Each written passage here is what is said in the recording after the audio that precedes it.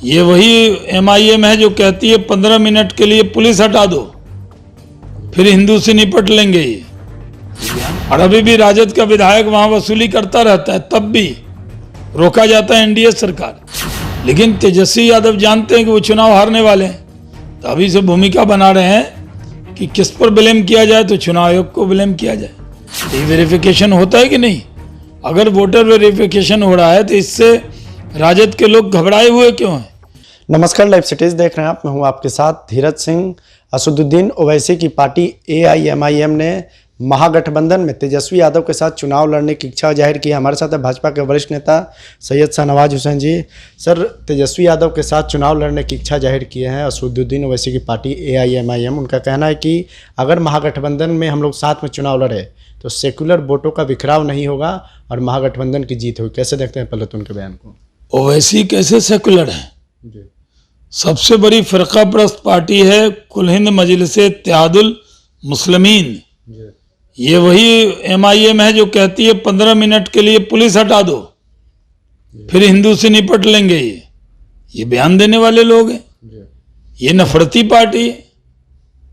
एक बार हिंदुस्तान जिंदाबाद कह दिया ऑपरेशन सिंदूर में, तो क्या देश भूल गया या बिहार भूल गया कि ये हिंदू मुसलमान में दरार पैदा करने वाली पार्टी है? और यही काम राजद का है।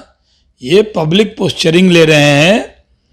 MIM जानबूझ के बयान दे रहा है गठबंधन इनका होना नहीं है, ये सीट मांगेंगे ज्यादा, लालू जी सीट इनको देने वाले नहीं, इनका गठबंधन होने वाला नहीं। ये हारने के बाद कहेंगे देखिए हम बिखराव रोकना चाहते थे, अभी से कह रहे हैं। और लालू यादव कहेंगे कि ये बीजेपी की B टीम है, देखिए वोट ही काट गई। तो ये लोग सिर्फ पब्लिक पोस्चरिंग ले रहे हैं, कुछ होने वाला नहीं है।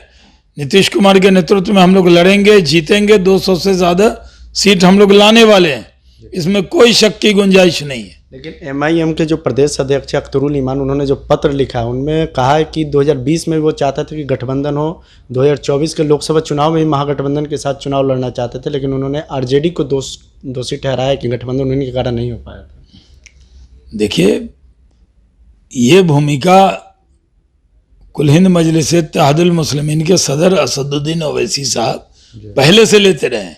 भाषण में कहते रहे हैं कि हम मिलकर लड़ना चाहते थे, तो लड़ने के लिए तो अरविंद केजरीवाल भी जा रहे हैं, उससे क्या फर्क पड़ रहा है? जितनी पार्टी है, एक नई पार्टी जनसुराज है वो भी लड़ रही है चुनाव, एक और 2-4 और पार्टी है बनी हुई वो भी लड़ेगी चुनाव। लेकिन आएगा NDA, छाएगा NDA, जीतेगा NDA। आप दावा कर रहे हैं कोई फायदा होगा नहीं? पिछली बार विधानसभा चुनाव में उनकी पार्टी ने 5 विधायक जीते थे। क्या लगता है कि अगर महागठबंधन में शामिल होते हैं तो NDA को नुकसान होगा? कोई नुकसान होने वाला नहीं है। वो शामिल भी हो जाए तो कोई फर्क पड़ने वाला नहीं। वो अलग अलग लड़ेंगे तब भी जीतेगा NDA, वो मिलकर लड़ेंगे तब भी जीतेगा NDA। एक सवाल है कि चुनाव आयोग की ओर से पिछले दिनों कहा गया कि बिहार के वोटर लिस्ट में पुनरीक्षण किया जाएगा। अब महागठबंधन के लोग कह रहे हैं कि नोटबंदी के बाद वोटबंदी की तैयारी है बीजेपी के इशारों पर। देखिए, जो वेरिफिकेशन तो होता ही है वोट का, हर चुनाव में हुआ है। कई लोग मर जाते हैं, कई लोग जगह छोड़कर दूसरे जगह वोटर बन जाते हैं, तो ये वेरिफिकेशन होता है कि नहीं? अगर वोटर वेरिफिकेशन हो रहा है तो इससे राजद के लोग घबराए हुए क्यों हैं? ये तो पहले होना था, हो रहा है। सबको अपना वोट वेरीफाइड कराना चाहिए। हाँ, बांग्लादेशियों को टेंशन हो सकती है, लेकिन जो भारतीय वोटर है, चाहे वो हिंदू हो या मुसलमान, सिख हो या ईसाई, अगड़ा हो या पिछड़ा, दलित हो या महादलित, उसको कोई दिक्कत होने वाली नहीं। लेकिन तेजस्वी यादव तो कह रहे हैं कि जो प्रवासी बिहारी के लोग हैं उनको वोट देने में दिक्कत होगी इस बार। अरे भाई, जो दिल्ली में इतने बिहारी हैं वो डबल नाम रखेंगे? अगर वो दिल्ली के वोटर हैं तो बिहार के वोटर नहीं होंगे, बिहार के वोटर हैं तो अलग अलग राज्य में जहां जहां वोटर हैं वहां वोटर नहीं होंगे। ये तो प्रक्रिया है।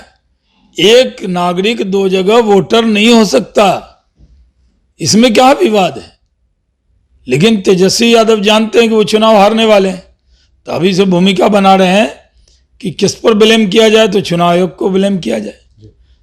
सबसे ज्यादा यही काम था जब वो महाराष्ट्र जीते, हम लोग हरियाणा जीते, दिल्ली जीते, तो उन लोगों ने चुनाव आयोग को ब्लेम किया। और जब कर्नाटक, तेलंगाना और हिमाचल जीत गए, रायबरेली, वायनाड जीत गए, तब इलेक्शन कमीशन बहुत अच्छा, मीठा मीठा गप गप और तीता तीता थू थू, अभी इलेक्शन कमीशन को ब्लेम कर रहे हैं। आखिर में एक सवाल है कि चुनाव से पहले तेजस्वी यादव एग्रेसिव मोड में, उनका कहना है कि 20 साल नीतीश कुमार को मौका मिला, वो बिहार के लिए कुछ कर नहीं पाए, हमें मात्र 20 महीने का समय चाहिए बिहार बनाने के लिए। भाई तेजस्वी यादव अब कह रहे हैं जो लोग 15 साल हुकूमत में रहे तब तो बिहार को बिगाड़ दिए, पलायन हो गया उद्योगपतियों का, वहां के लोगों का, और आज फिर से कह रहे हैं कि हमें 20 महीना दीजिए। अगर गलती से राजद आ गई तो बिहार में जमीन के दाम घट जाएंगे, जमीन के दाम घट जाएंगे, फ्लैट के दाम घट जाएंगे, अधिया जाएगा। जो जमीन 1 करोड़ का है वो सीधे 50 लाख का हो जाएगा, लोग पलायन कर जाएंगे।